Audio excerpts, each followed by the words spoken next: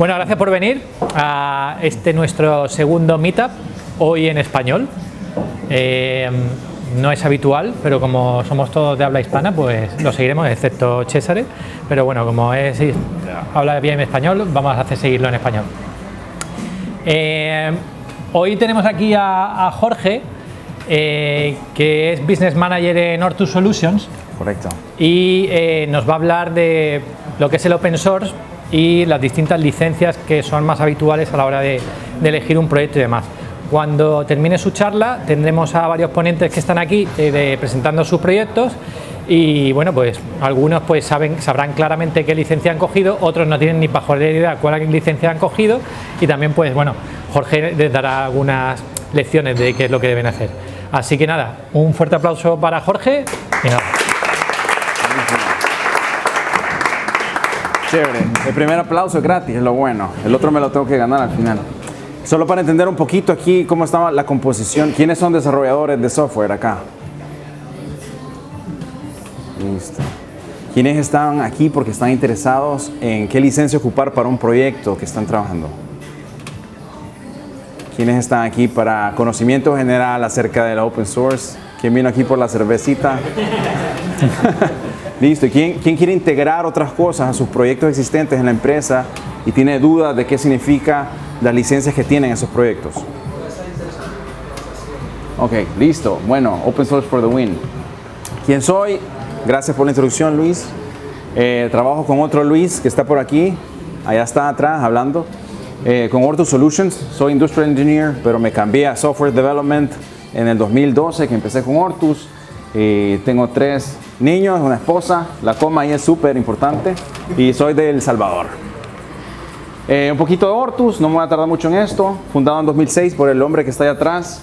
Empezó con un proyecto open source que es CodeBox, es un MVC framework para el lenguaje de CodeFusion y desde entonces nos hemos enfocado bastante en open source. Le estaba contando a José de Couchbase que nuestra mentalidad siempre ha sido de crear, innovar.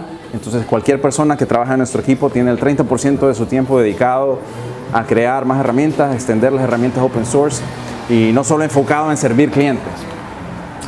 Un par de nuestros productos pueden ver más en la página web que van a ver al final de las cosas que tenemos. Nosotros creamos sobre todo herramientas para desarrolladores, ¿verdad? Frameworks para testing, frameworks para development, caching, etc. Tenemos varios conectores, entre esos Lucy Extension para Couchbase, que vamos a hablar de eso más tarde con José. Estos son los servicios con los que mantenemos viva la empresa. Open source obviamente necesita fondos de revenue y nosotros lo hacemos a través de nuestros servicios. El website va a estar al final para que lo vean en detalle. Un disclaimer, no soy abogado, aquí no le voy a dar legal advice a nadie. Si toman lo que yo digo aquí les va mal, lo siento mucho, ojalá que les vaya bien, esa es la intención. Les voy a hablar sobre todo más de la experiencia y de las decisiones que nosotros hemos tomado internamente de por qué nos vamos específicamente por ciertas licencias. Algo que me llamó mucho la atención ahorita es algo dejar bien claro aquí.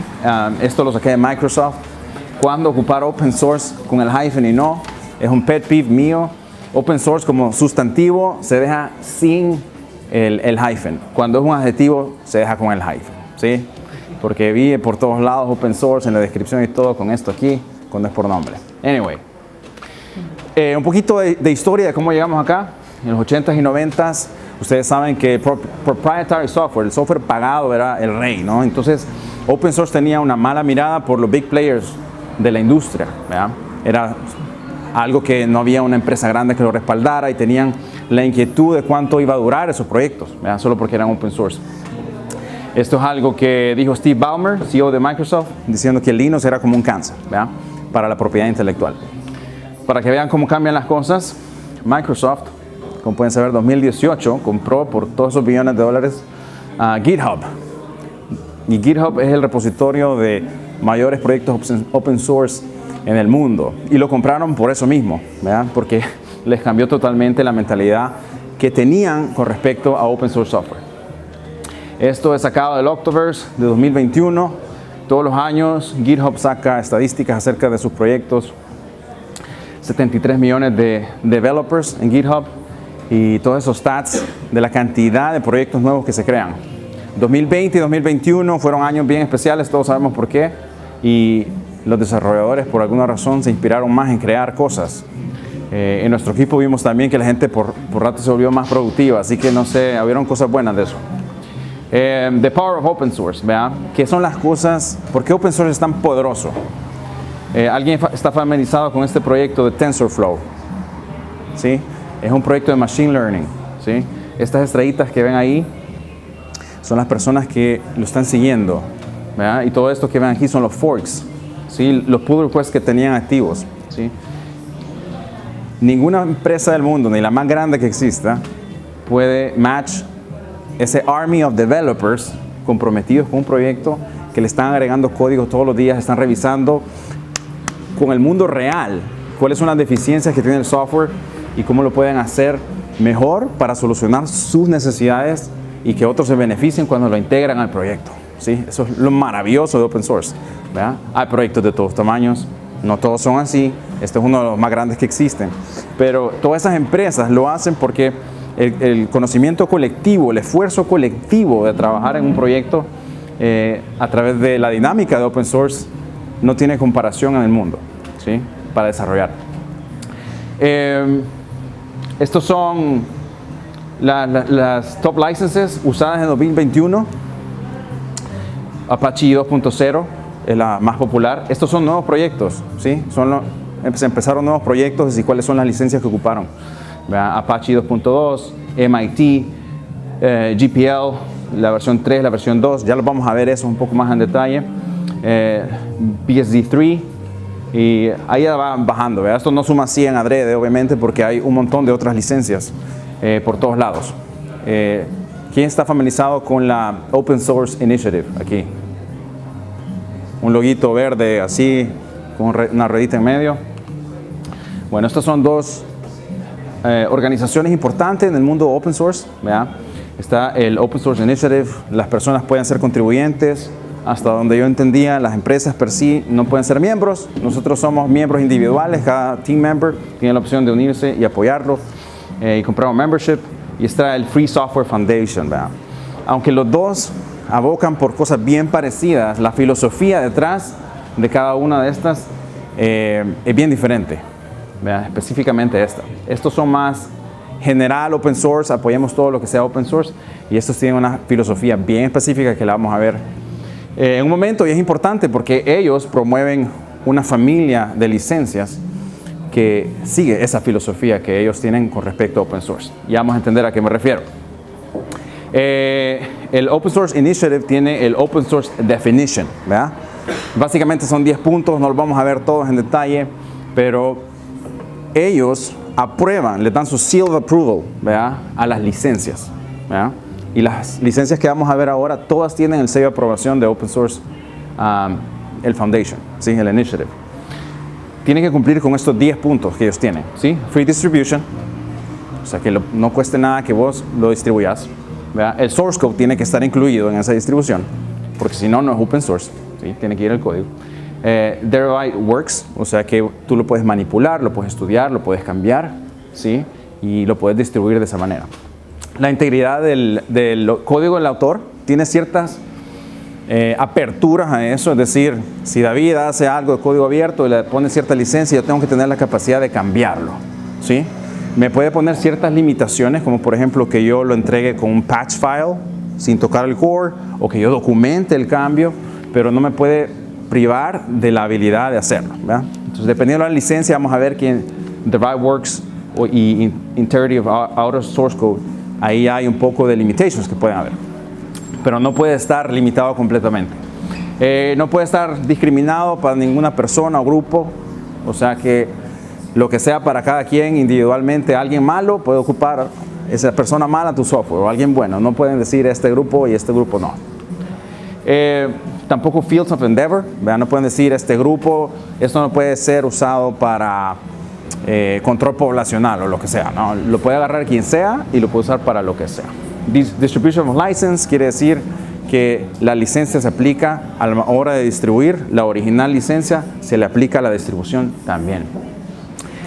No puede ser para un producto específico, ¿verdad? Que lo amarres en un bundle y decís, esta licencia solo para este tipo de productos, tampoco para usar un software específico tampoco, ni la tecnología, como por ejemplo un Specific User Interface o lo que sea, ¿no? Eso es un vistazo en general. Y todas las licencias que vamos a ver cumplen estas 10 cosas de una manera u otra. El Free Software Foundation es un poco más radical en la manera que ellos ven el software, ¿verdad? Esto es su statement, ¿verdad? Una diferencia importante es que para ellos free quisieron ocupar como ejemplo libre en español, pero era en francés de ellos para no decir que free es gratis, ¿verdad? Sino que quiere decir free de freedom, ¿verdad? It's not free as in free beer, pero free como freedom. Ellos son bien clavados, no sé si se entiende eso en español castellano, pero en español salvadoreño clavados, alguien bien no da su brazo a torcer. No quieren dar su brazo a torcer con su principio de mantener el software libre. Es decir, que la gente lo pueda agarrar y no lo pueda convertir en otra cosa. Entonces, sus licencias que vamos a ver, se van a dar cuenta que tiene todos esos logs. Y le llaman licencias virales, porque si tú le pones la licencia de uno de estos a tu proyecto, nada que ocupe ese proyecto puede ser otra cosa que open source software. Ya vamos a ir entendiendo un poco eso, solo introduction. Hay dos categorías grandes, están las permissive licenses y el copy left licenses. Vamos a empezar con los permissive licenses, ¿verdad? Como su nombre lo indica, son licencias que te permiten hacer muchas cosas, ¿verdad? Son bien sencillas, los textos, el más sencillo que es el MIT, creo que es como una cosita así, de 3 párrafos, y son bien intuitivas de usar, ¿sí? MIT, la pongo de primer ejemplo y vamos a ir de lo más permisivo hasta lo menos permisivo de las permisivos, ¿sí? Anything goes, ¿verdad? Cualquier cosa se vale, ¿verdad? En vez de revisar bien lo que ponen, básicamente lo que dice la licencia es hacer lo que quieras con él, darle reconocimiento al autor en tu source code nada más y no me demandes, ¿verdad? Ahí tiene un disclaimer de warranty que esto lo estás usando así como esta presentación bajo tu propio riesgo y que no me puedes hacer responsable por mi software ni nada. Eso es básicamente MIT. Abajo van a ver que he puesto ejemplos de proyectos que están ocupando la licencia que estaban viendo, ¿verdad? Este, por ejemplo, es súper liberal. Y el Free Software Foundation, los que son más radicales en la postura de software libre, te dirían que esto es inmoral, hacer esto. Porque ¿qué pasa con esto? David invierte su tiempo, ¿verdad? Y saca un proyecto open source. De ahí venimos cada uno de nosotros y contribuye a ese proyecto open source. Y viene una gran compañía y dice, me gusta mucho ese proyecto open source, lo agarra, le cambia algunas cosas o simplemente lo deja como está, pero como tienen todo ese sales force, ¿verdad? Lo comercializan bajo su nombre, lo hacen closed source, le cambian la licencia y ahora te lo venden, ¿sí? Y todo el esfuerzo colectivo de open source, ellos aprovecharon de eso, ¿no? Hay gente que tiene un problema moral con eso, otros que no tienen un problema con eso, ¿verdad? Nosotros tenemos problema en algunas partes con eso, como Ortus Solutions, y en otras partes no, la verdad. Nosotros ocupamos esta licencia en general con todos nuestros proyectos. Y ya van a ver por qué. Esto es bien parecido a MIT, pero tiene más restricciones, ¿verdad? Siempre pueden distribuir el código como quieran, pueden usar el código para lo que quieran, le pueden cambiar la licencia al código, ¿sí? Si ocupan los building blocks que nosotros creamos como open source en sus proyectos, ustedes pueden comercializarlo, pueden hacer dinero, pueden tenerlo en privado y no pasa nada. Lo único es que si hay cambios en el source code, ¿verdad? Y se distribuye el source code, tiene que estar documentado. ¿Cuáles son los cambios que le hicieron a nuestro código? Y lo que nos gusta mucho es que todos los trademarks de los trade names que ocupamos en el proyecto están protegidos. No pueden usarlos, por ejemplo, Codebox nadie lo puede usar, porque ese es nuestro framework, es parte del copyright que tenemos by default, cualquier creador, sin tener ninguna licencia, tiene una protección, y esos trademarks están protegidos, básicamente. A nosotros nos gusta mucho esta licencia, ¿verdad? Porque no nos importa que una empresa agarre nuestro trabajo, lo hemos visto, ¿verdad? Lo están ocupando para Shop.com, por ejemplo, lo ocupa Codebox, ¿verdad? Y venden millones de dólares y nosotros no vemos ni un céntimo de eso. Y estamos bien con eso, no nos importa. Nuestro propósito es crear tools que sean utilizables y vender servicios, ¿verdad? Para soportar a todas las personas que han decidido invertir usando nuestros proyectos para crear los suyos propios. Este Berkeley Software Distribution License, BSD, tiene diferentes variantes, ¿verdad? No diferentes versiones como otras licencias, sino que son variantes que están activas todas de igual manera. Está la de 2 clauses que básicamente, si lo leen a la par con MIT, es igualita a la MIT. La MIT dijimos que era bien permisiva, ¿sí? La más permisiva de las permisivas que estamos viendo aquí. La third clause tiene una cláusula adicional que es no endorsement nada más, que simplemente ustedes no pueden ocupar. Si yo tengo un proyecto con esta licencia, con la tercera clause, y David contribuye a ese proyecto, yo no puedo venir y decir mi proyecto es súper chévere porque David Cedeño contribuyó, ¿verdad? Tiene esa regulación, no puedo usar ni contribuyentes, ni maintainers, ni los nombres de nadie para promover mi proyecto. Y luego el otro building block es BSD4, ¿verdad? Que simplemente te obliga a cualquier marketing que estés haciendo, ¿verdad? De vender, que incluyas quiénes son los autores del software, ¿verdad? Entonces, si ocupo un software con este BSD4 clause y hago un marketing campaign, tengo que incluir ahí en algún lado, aunque sea en chiquitito, quién hizo el software, ¿sí? Ahí hay un par de ejemplos. Ahora entramos, esos son ejemplos de permissive licenses. Ahora tenemos ejemplos de copyleft licenses, ¿verdad? No sé si alguien se da cuenta que hay un símbolo que es copyright, que es al otro lado, ¿verdad? Y le pusieron copyleft porque es al otro lado.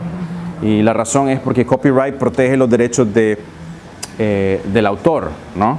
Para que nadie lo pueda ocupar. Copyleft, en cierto punto, es lo contrario, ¿sí? Protege la intención que tiene el autor de que ese software sea de una manera libre para todos. Y no quieren que nadie pueda cambiar eso. Entonces, todos los derivative works, a diferencia de los permissive license, que los derivative works, es decir, los trabajos que surjan de la manipulación individual de cada uno de ustedes del open source software, heredan por de facto esa licencia y no la puedes cambiar, ¿sí? Y vamos a ver aquí. Este es GNU y es la empresa que está detrás de esto, y es lo que les digo, hay gente que es muy radical. Me tardé como 5 minutos en hacer eso, estoy bien orgulloso. Y cuando Pedro me dijo que si podía compartir el PDF mejor, me puse bien triste porque eso no se iba a ver. Pero bueno, la cosa es que GNU, ¿verdad? Son promotores de este tipo de licencias y están detrás del Free Software Foundation, ¿verdad? Y las licencias que vamos a ver son parte de la familia de las licencias de GNU, ¿verdad? Y vamos a ver una que es de Mozilla, ¿verdad? Y en este caso vamos a empezar al revés, de las más limitantes a las menos limitantes de las copyleft, ¿ok? ¿Alguna pregunta hasta ahorita? Ok, no sé si es bueno o malo, pero está bien. ¿Se podría una licencia que prohíba la venta del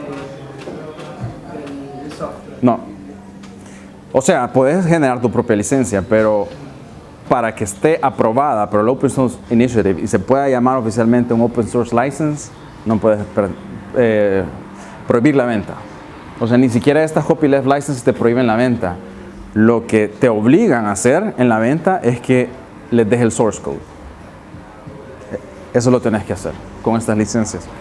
Si no, no te dejan venderlo y estás violando la licencia. O sea que si vos le metes tiempo y dinero a algo que querés vender y lo vendes a alguien, no tenés que ser abierto, pero a esa persona o entidad que le vendiste el software, le tenés que dar el source code. Un poco tricky, ¿verdad? Entonces, GPL, ¿alguien está ocupando esta? ¿Fuiste tú? No. Ok. Esta es bien fregada. Bueno, depende de lo que querés hacer, ¿no? Hay gente que simplemente tiene la filosofía y dice free software should be free software, ¿verdad? Es algo bueno para la sociedad y para el mundo de que haya free software. Y entonces queremos proteger que todo lo que se cree usando los building blocks que ya una comunidad de open source dio, se mantenga libre, ¿verdad? Entonces, esto es bien tricky, está súper estricta. Todo el source code en el cual ustedes integren un módulo, una librería, lo que sea. Puede ser por Dynamic Link, puede ser que ni siquiera sea parte del repo, solo están llamando. Todo se contamina. Viral license, ¿verdad? Es infeccioso, ¿verdad? Si están usando algo que sea con esta licencia, de acuerdo a la licencia, todo el código de ustedes se hace GPL. Quiere decir que lo tienen que hacer libre, lo tienen que abrir el source code, ¿verdad? A quien sea que lo ocupe. Como les decía aquí, la comercialización siempre es válida, no la pueden limitar, pero tenés que dar el source code, ¿verdad?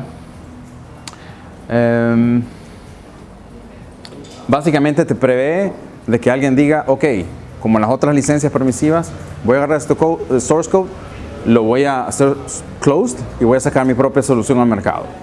Imposible hacerlo, la licencia lo prohíbe. Luego está porque se dieron cuenta que esta es básicamente lo mismo que la otra, el AGPL, ¿verdad? Se dieron cuenta que habían métodos no tradicionales de distribución de código, como por ejemplo en los SaaS, Software as a Service, ¿verdad? Que te lo están entregando a través de un network connection. Entonces, esto básicamente es para tratar con ese loophole que supuestamente encontraron que las empresas que tenían delivery de Software as a Service no estaban compartiendo el código. Entonces, si alguien está usando un proyecto con este AGPL license y aunque lo esté entregando por un network, tienen que compartirle el source code a sus usuarios, ¿verdad? LGPL, esto es bien interesante, entra incluso para algunos en una categoría de weak copyleft, o sea, es más atenuado la restricción y esta aplica para la integración de módulos, ¿verdad? El módulo, si está, digamos que hay un gray area, ¿verdad? Depende cómo esté integrado el módulo al proyecto, puede hacer de que infecte todo el source code o no. Si el módulo lo integran de una manera que no han alterado su contenido, no le han sacado partes para integrar al proyecto, simplemente es un Dynamic Link que hace referencia a la librería y consume esa librería intacta en isolation, no hay problema. Pero algo que se desvíe de eso, entonces infecta todo el source code también y tienen que sacarlo LGPL ustedes también y tienen que hacerlo open source. Luego está la Mozilla Public License, que es weak copyleft también. Esta es más permisiva y aplica solo para files. Estos son para archivos.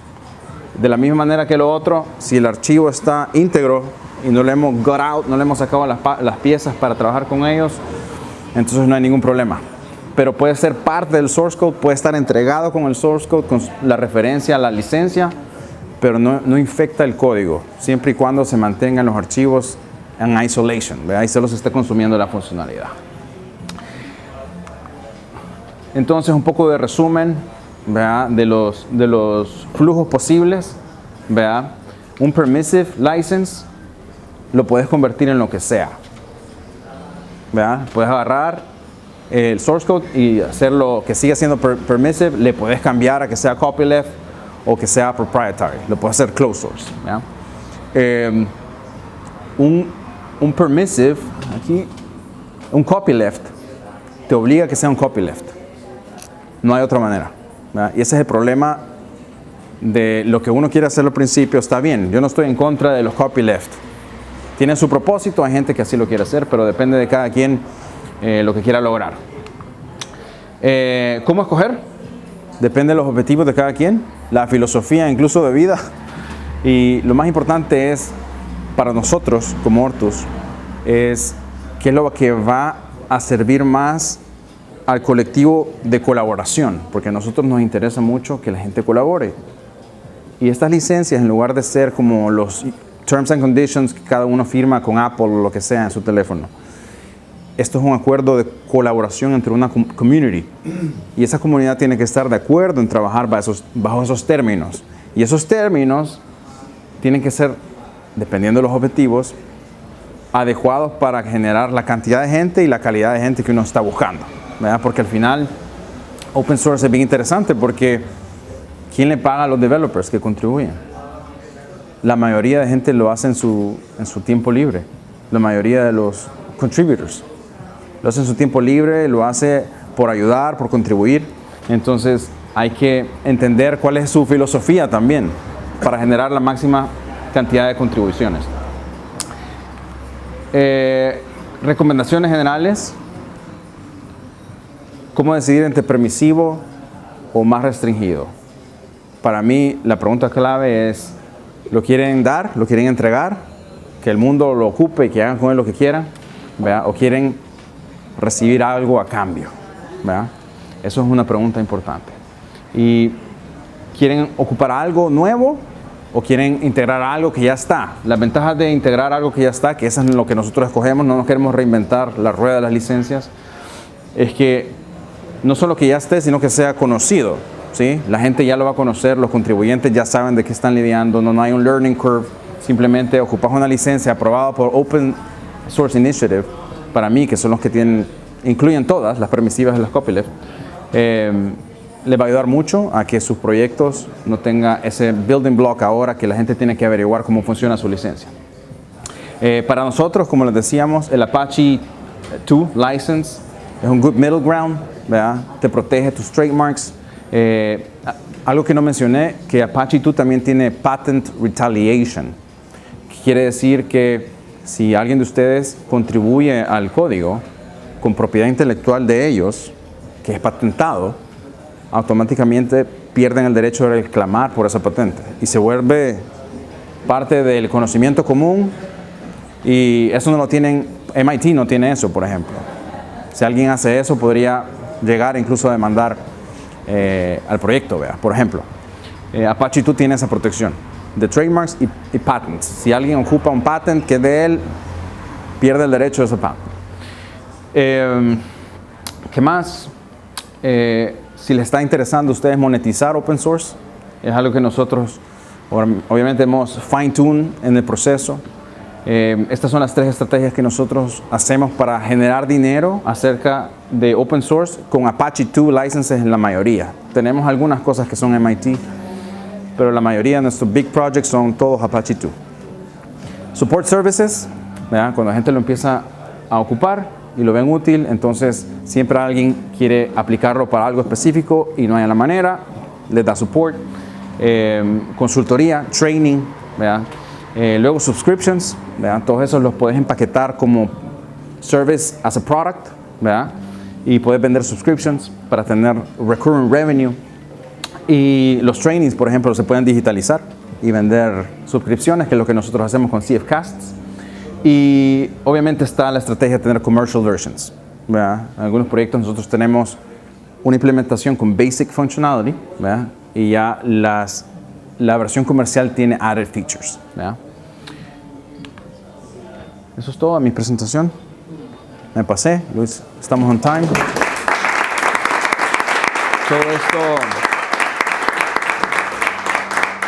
Todo esto va a estar en SlideShare, en Ortus Solutions, nos buscan en SlideShare, así se escribe. Cualquier cosa que necesiten contactarme a mí o a Luis. Luis está basado aquí en Málaga, ¿verdad? Estamos empezando las iniciativas aquí en Europa. Málaga nos encanta por las navajas, ¿verdad, David? Y el aceite de oliva. Terminé en el hospital la primera vez que vine porque me comí 2 docenas de navajas. Y listo, ha sido un gusto estar con ustedes. Cualquier pregunta, después de que presenten los source codes, nos pueden decir, ¿verdad? Listo. Bueno, buenas tardes a todos. Mi nombre es Gonzalo, para quien no me conozca. ¿Qué es esto? Y antes de nada, pues vamos a presentar una librería, Salmorejo. Lo siento por el nombre, fue lo más difícil de elegir cuando uno se pone a hacer algo. Y es relativo al proyecto Kubernetes. ¿Quién de vosotros ha trabajado con Kubernetes por aquí? Vale. ¿Y quién ha tenido que resolver problemas con Kubernetes? Normalmente si trabaja es lo más duro, ¿verdad? Vale, Kubernetes, para el resto de la gente que no lo sepa, es un orquestador de contenedores. ¿Qué son contenedores? Bueno, mi mundo es más Linux, así que yo me voy a centrar en el mundo de Linux, donde los contenedores no son más que procesos que tienen acceso a cierto tipo de recursos limitados de la máquina, ¿vale? Y por diseño, Kubernetes está hecho bajo eventos, es decir, aunque creamos que es algo como que es infraestructura, y la infraestructura es lenta, no es tan lenta como nos creemos, y a veces tenemos problemas, y sobre todo cuando nos dedicamos a hacer muchos despliegues, a configurarlo con muchos objetos. ¿Qué ocurre? Que aunque sea orientado a objetos, la propia plataforma es bastante compleja. no nos dan tantas herramientas para ir viendo realmente qué es lo que está ocurriendo. Lo que tenemos es nuestro kubectl, kubectl, kubectl, como lo queráis llamar, donde realmente lo que nos está dando normalmente es un snapshot de lo que nosotros busquemos. O sea, nuestras aplicaciones, como llamarlo los pods, los conjuntos de contenedores, los servicios que tengamos, los ingresses, lo que tengamos, pero no deja de ser una foto. Sí nos da un poquito de, digamos, streaming, si queremos, a hacer un watch de algo de esto. ¿Esto qué significa? Que nos podemos conectar y ir recibiendo cierto tipo de información en tiempo real, pero ya está. Y esa información es muy escasa. Para poner un ejemplo, y ahora volvemos aquí.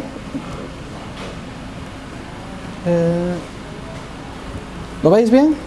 Bueno, ponemos grande. ¿A qué me estoy refiriendo? A que si yo quiero ver mis pods, aquí los tenemos. Perfecto. Déjame que parta la pantalla, simplemente para hacer aquí, voy a ponerlo más grande.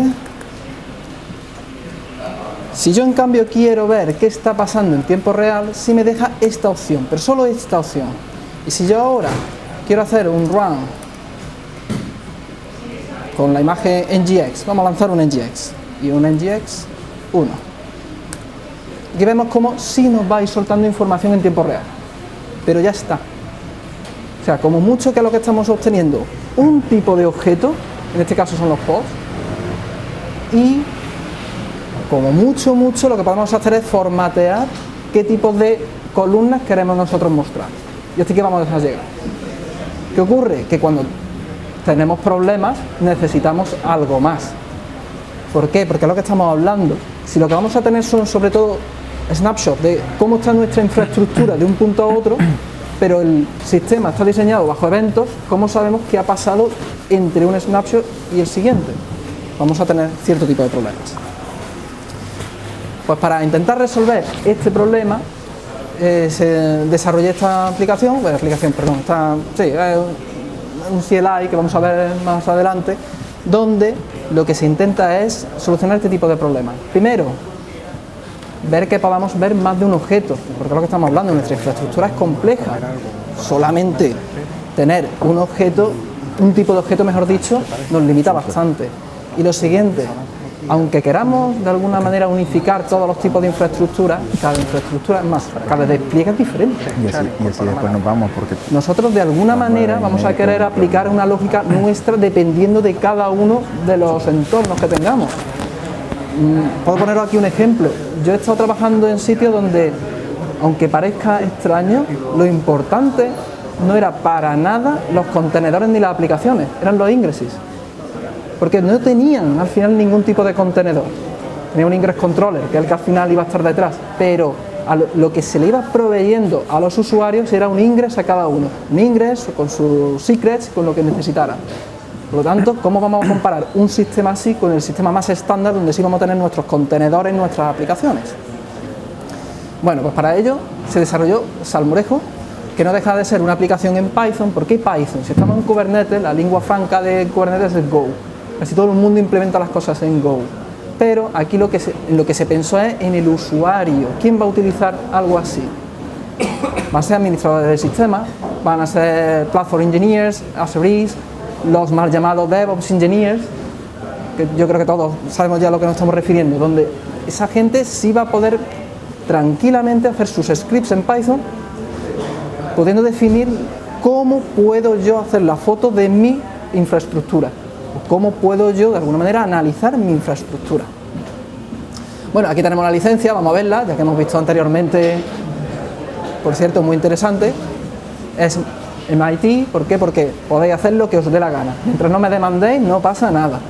Usadlo para lo que veáis, para lo que vosotros necesitéis. Así que sin problema. Y aquí tenemos toda la documentación y todo lo necesario para trabajar con él. Actualmente solamente se soportan estos objetos, aunque hay un issue abierto para poder incluirlos todos de una vez. Para poder instalarlo, está en PyPy, es el Python, lo descargáis y directamente tendréis vuestro CLI. Y aquí veremos cierto tipo de ejemplos y una explicación simplemente de por qué es Salmorejo y cómo se ha hecho. ¿De acuerdo? Pues ya que lo tenemos por aquí, dejadme que me vaya a los scripts. Estos scripts son ejemplos y los podéis encontrar en el propio repositorio. Para cualquier cosa, os venís por aquí. Aquí tenemos varios ejemplos con los cuales vamos a ir trabajando. El Hello World, ¿cuál sería en este caso? Con el que vamos a empezar, que va a ser simplemente imprimir el objeto. Pero antes de ello, vamos a ver qué es Salmorejo. Vemos que es este CLI, donde actualmente solamente tenemos una función que es la de watch. ¿Por qué? Porque la parte interesante era la de tiempo real.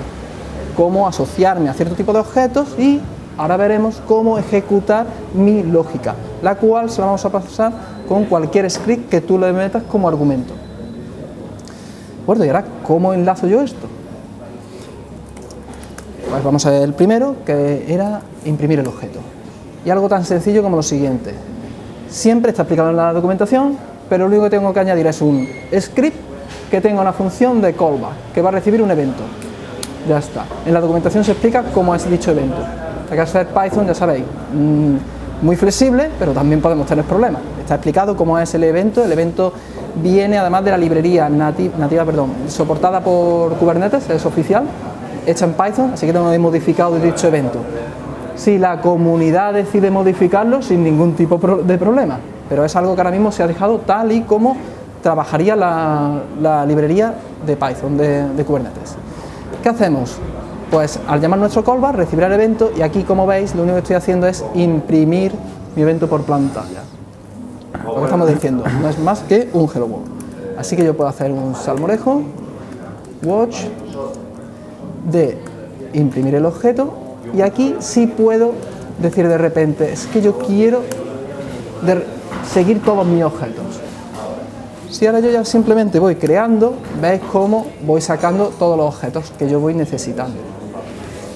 Tampoco nos está dando mucho más, es un Hello World, así que pasamos al siguiente. Vamos a ver cómo imprimiríamos los metadatos.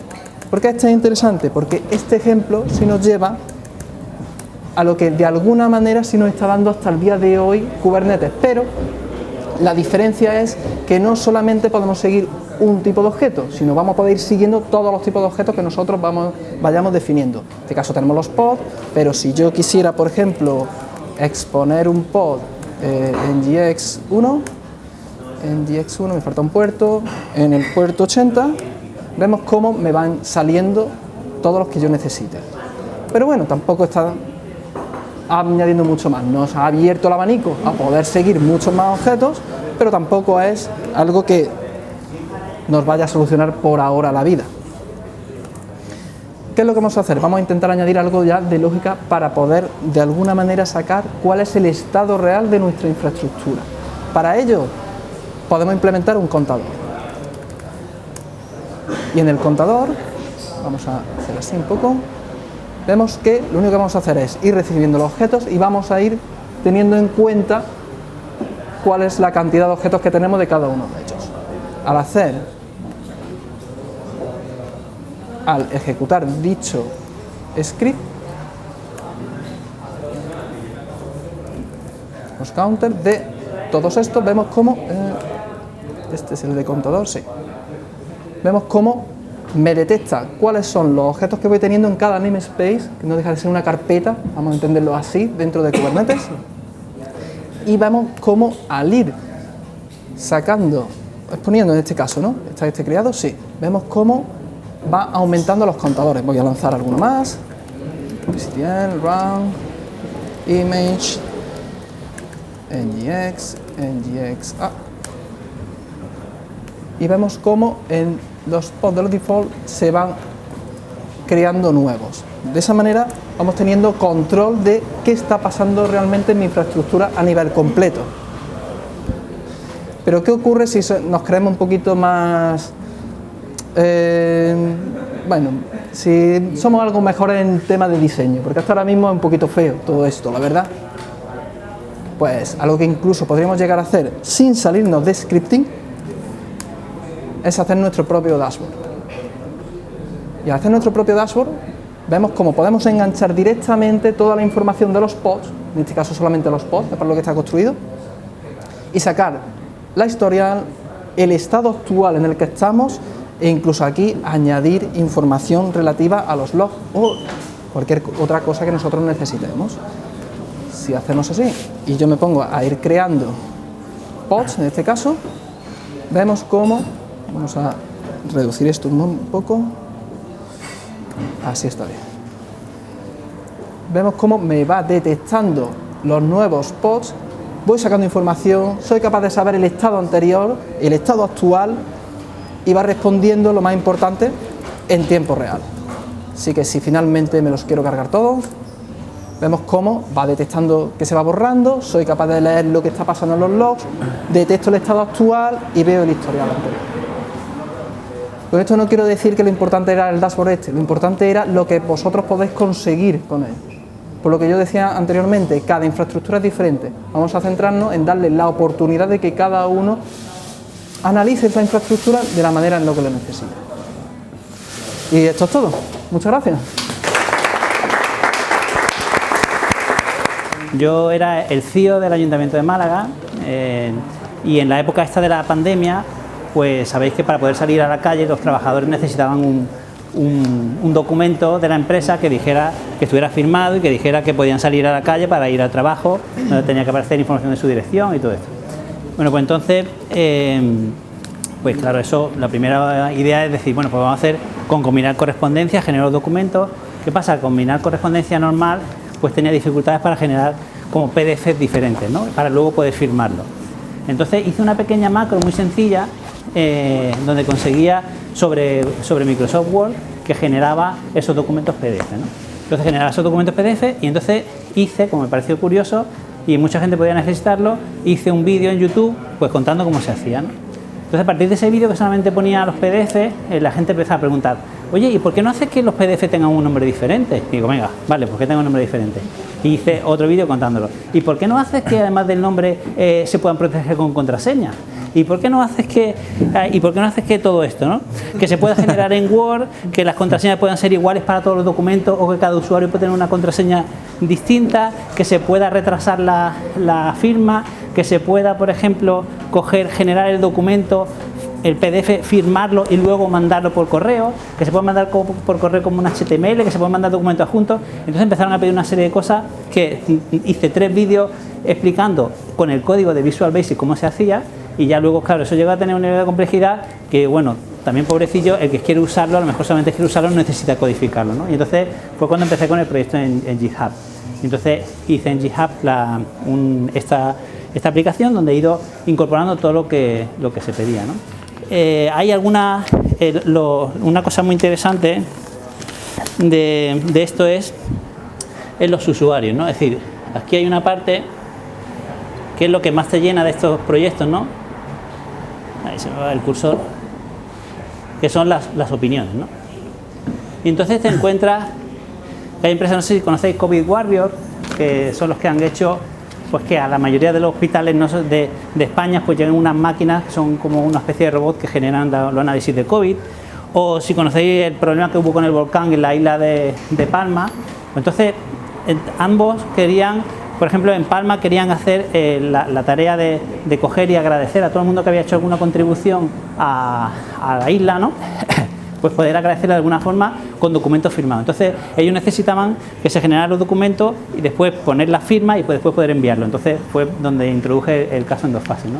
Y COVID Warrior pues también a todos los colaboradores necesitaban enviar documentación y también usaron la herramienta.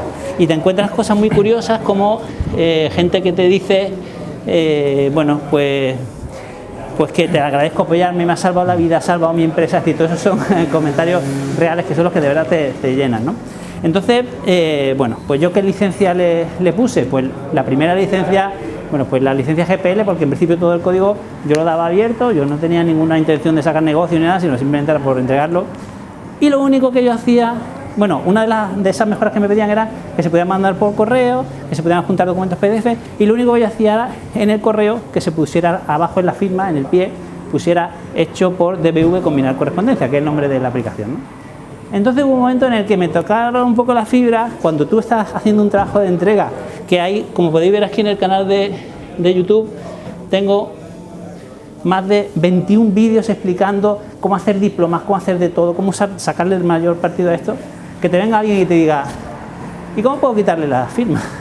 ¿Y cómo puedo quitar el pie? Digo, si lo único que se está pidiendo en este proyecto, el único reconocimiento al autor es el pie de firma, ¿por qué me lo quieres quitar? Digo, si quieres quitarlo porque el código está abierto. Pero luego dándole vuelta digo, pues no me apetece que me quiten el pie, es lo único que estoy pidiendo, ni dinero ni nada, sino simplemente eso. Y entonces ahí fue donde dijo, pues protejo el código con contraseña, lo que ya cambia un poco el tema de software libre, que después de la charla con vosotros, si hace falta yo quito la contraseña, no hay problema. Pero era solamente esa indignación, ¿no? Y entonces, bueno, pues es simplemente el proyecto que yo tengo. La licencia actual que aparece aquí en GitHub es la de GPL, la de 3.0, pero bueno, abierto a que me contéis cuál sería la más interesante, ¿no? Y bueno, esa es la idea, ¿vale? Muchas gracias. Buenas, ¿qué tal? Bueno, mi nombre es Antonio y vengo a presentaros o hablar un poco del proyecto Kiva, un proyecto open source, ¿vale? Este proyecto open source, bueno, lo hice en mi antigua empresa, ¿de acuerdo? En la que también trabajaba Luis, y si queréis saber el porqué del nombre, le podéis preguntar a él porque él fue el que se lo dio. Bueno, básicamente, ¿qué es lo que hace Kiva? Es una librería para computar series temporales, ¿vale? ¿Y qué es la característica que trae? Pues que está implementada en C++, ¿vale? Su objetivo era ser rápida y todos los algoritmos están implementados para que puedan ser computados de forma paralela en una CPU o en una GPU, ¿vale? Para que fuese rápido, la implementamos en C++ y el usuario que nosotros queríamos que usara esto era Data Science. Y claro, el primer hándicap que tuvimos fue que los Data Science no están acostumbrados por lo general a trabajar en C++. Entonces lo que hicimos fue, a pesar de que todos los...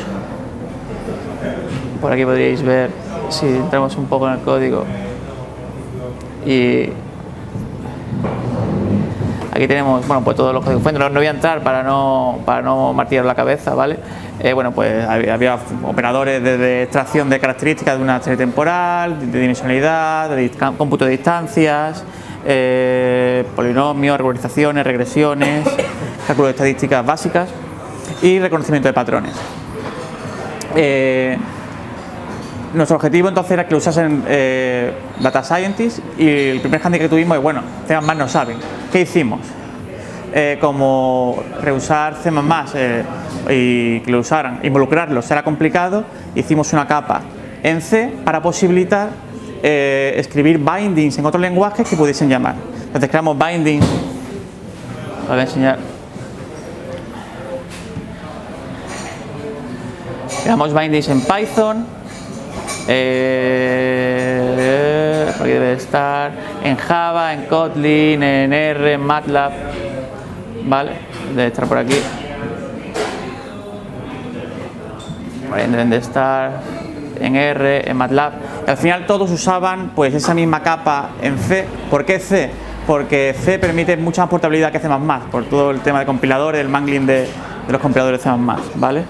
Y bueno, y al final desarrollando esos bindings, creamos librerías en cada uno de los idiomas que al final terminaban llamando a ese binding de C, y pues exportaba toda la funcionalidad que dábamos pues a cada uno de los lenguajes, y le acercábamos pues al ecosistema donde ellos estaban más acostumbrados.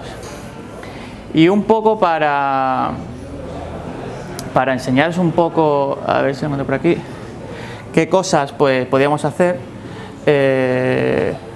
Si esto no ha cambiado demasiado, aquí no es, a ver si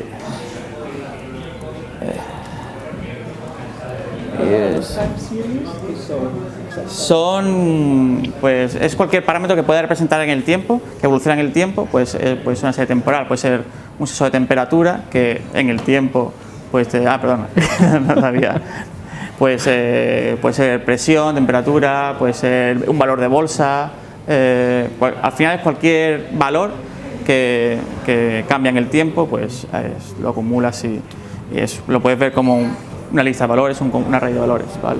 Por ejemplo, aquí os voy a enseñar un ejemplito hecho con la librería de Python, llamando a la parte de C++, ¿vale? Aquí explica, bueno, cómo seleccionabas el backend, y esto que veis aquí, esta maraña de puntos, pues al final es un cardiograma ¿de acuerdo? Y hay un punto donde hay un pulso ectópico en el corazón y haciendo uso de reconocimiento de patrones, pues lo que queremos encontrar es en qué punto pues está ese punto anómalo, ¿vale?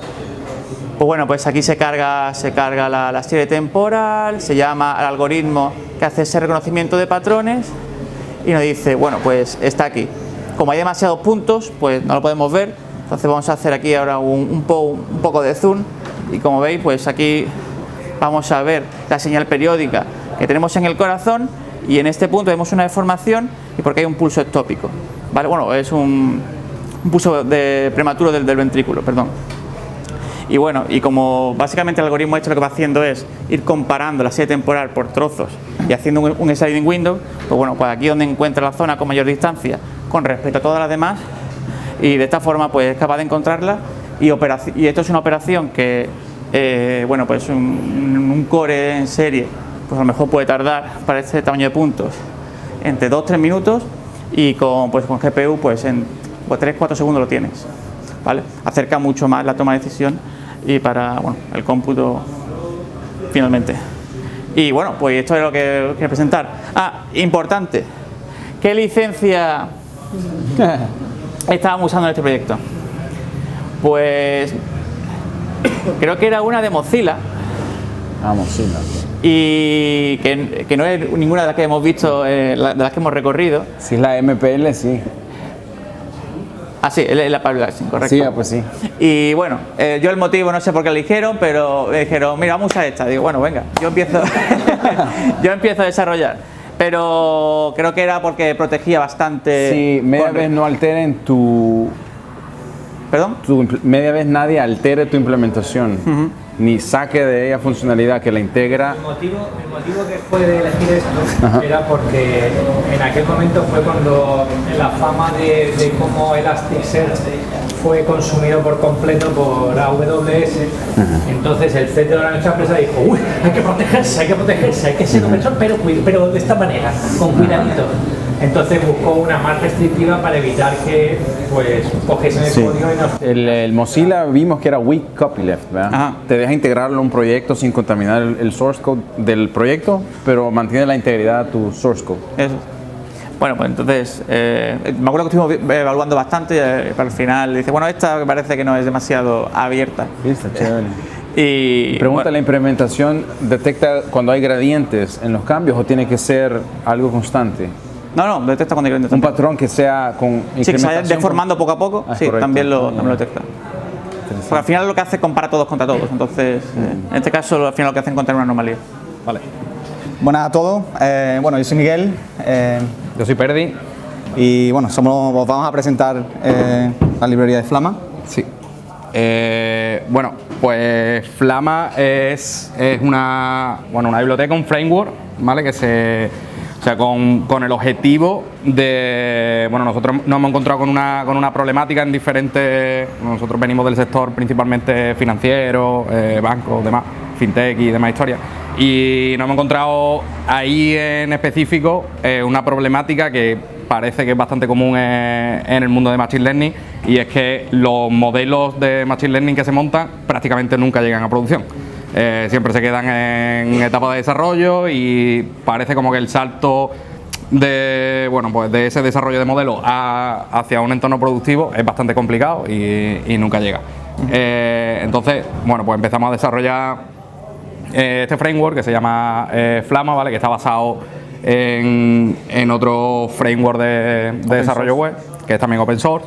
Este framework se llama Starlet, que no sé si algunos lo conoceréis, pero es prácticamente un Flask en asíncrono. Y bueno, básicamente os va a contar Miguel un poco. Sí, como ha dicho Perdi, bueno, también por dar un poquito de contexto, el por qué Flama, además de que porque está Flama como framework, ¿no? En inglés es un framework para desarrollo de aplicaciones ligeras y automatización de Machine Learning, ¿no? Y en inglés eso es FLAMA y nos ha quedado Flama, así que no lo íbamos a cambiar. Como decía Perdi, pues el problema es, como dicen los ingleses, ¿no? Está widespread en la industry y es algo que vemos no solamente en las finanzas. Nosotros tenemos la fortuna de haber trabajado con bastantes entidades financieras, pero lo hemos visto también en PropTech, lo hemos visto en plataformas digitales, en marketplaces. Al final lo que pretende Flamma, como decía Perdi, es intentar llevar el research, el objeto, el binario del Jupyter Notebook a producción. ¿Y cómo lo hace eso? Pues lo que intenta es darle, lo que le da es un wrapper en modo web API, que ya te viene con todos los métodos de interacción del modelo, lo más sencillo posible. En concreto, vamos a tratar al usuario final, que es el Data Scientist, como lo que es un usuario de Python. No tiene, él tiene sus herramientas de investigación y no tiene por qué saber cómo llevar a producción nada. Entonces vamos a hacerlo codeless. Y ahí es donde entra una de las partes más importantes que está en continuo desarrollo ahora mismo, de Flamma, que es el CLI. Al final, Flamma es un framework, pero también nos permite, como podéis ver, nos permite en muy pocas líneas tener un modelo rulando a nivel API en pocos segundos, pero más incluso si tú tienes un pickle o un binario, que Flamma te da las herramientas para hacer esa paquetización del modelo del pickle con unos pequeños parámetros que necesita, que es básicamente qué librería viene de Scikit-learn, viene de TensorFlow, viene de PyTorch, ¿no? Y poco más.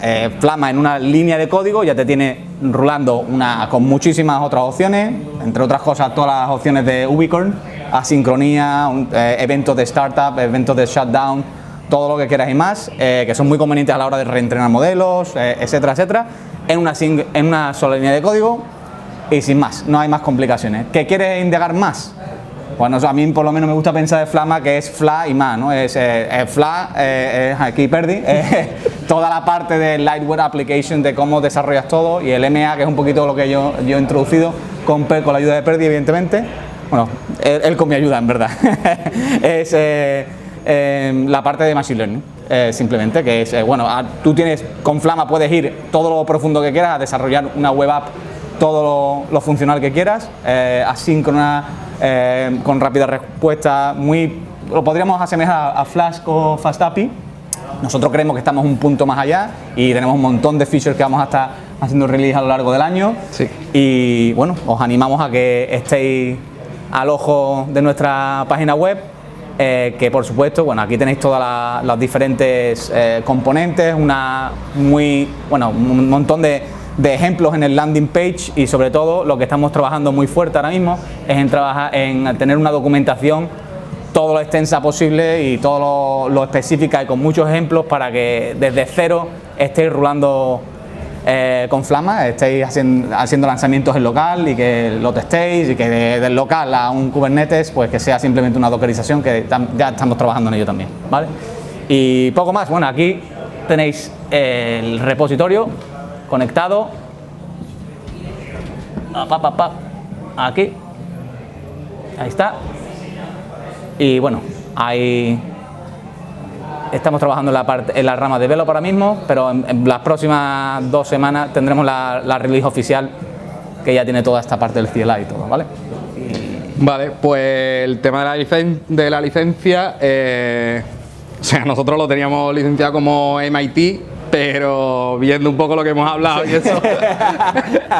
No, a ver, el tema de MIT tiene sentido, y es porque en realidad trabajando en el mundo financiero, cuando hablas un poco con banca y la banca es tu cliente, o sea, ellos no se casan con cosas que no pueden cerrar. Si es un producto que no lo van a cerrar, no te lo van a comprar. Entonces, nuestra idea es un poco seguir moviéndonos por ese mundo, entonces era un poco por eso la licencia MIT. Pero en realidad me parece que la Apache también tiene sus ventajas con respecto al MIT, así que bueno, puede ser que... Se hacen consultorías. Sí. Perfecto. Nosotros esperamos hacerlas también. Vale, pues ese es un poco el tema de la licencia. Ya está, eso es lo que tenemos en mente. Y ya está, os agradecemos si nos pegáis una estrellita. Y que todo lo que experimentéis con cualquier modelillo, ML, lo que sea, pues aquí estamos abiertos a cualquier email y a ponerlo en funcionamiento y ayudaros lo máximo posible. Que la idea es que nos hagamos un framework referente, joder. Es la idea. Y la filosofía que tenemos es la producción tiene que ser lo primero.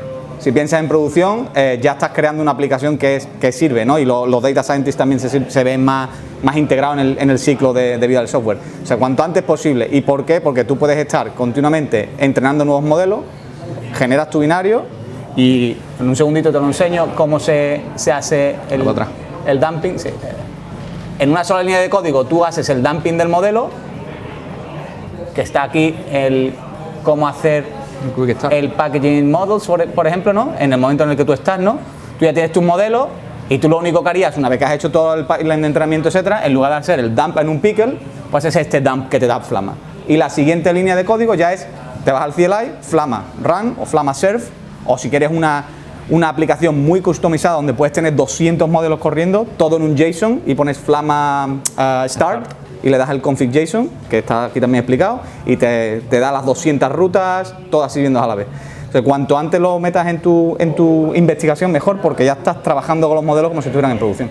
Claro, la idea es que al final tú terminas montando tu modelo con TensorFlow, con PyTorch o con scikit-learn, montas tu modelo, lo entrenas, tienes el resultado y ese modelo en el mismo Jupyter en el que estás trabajando lo vas a serializar.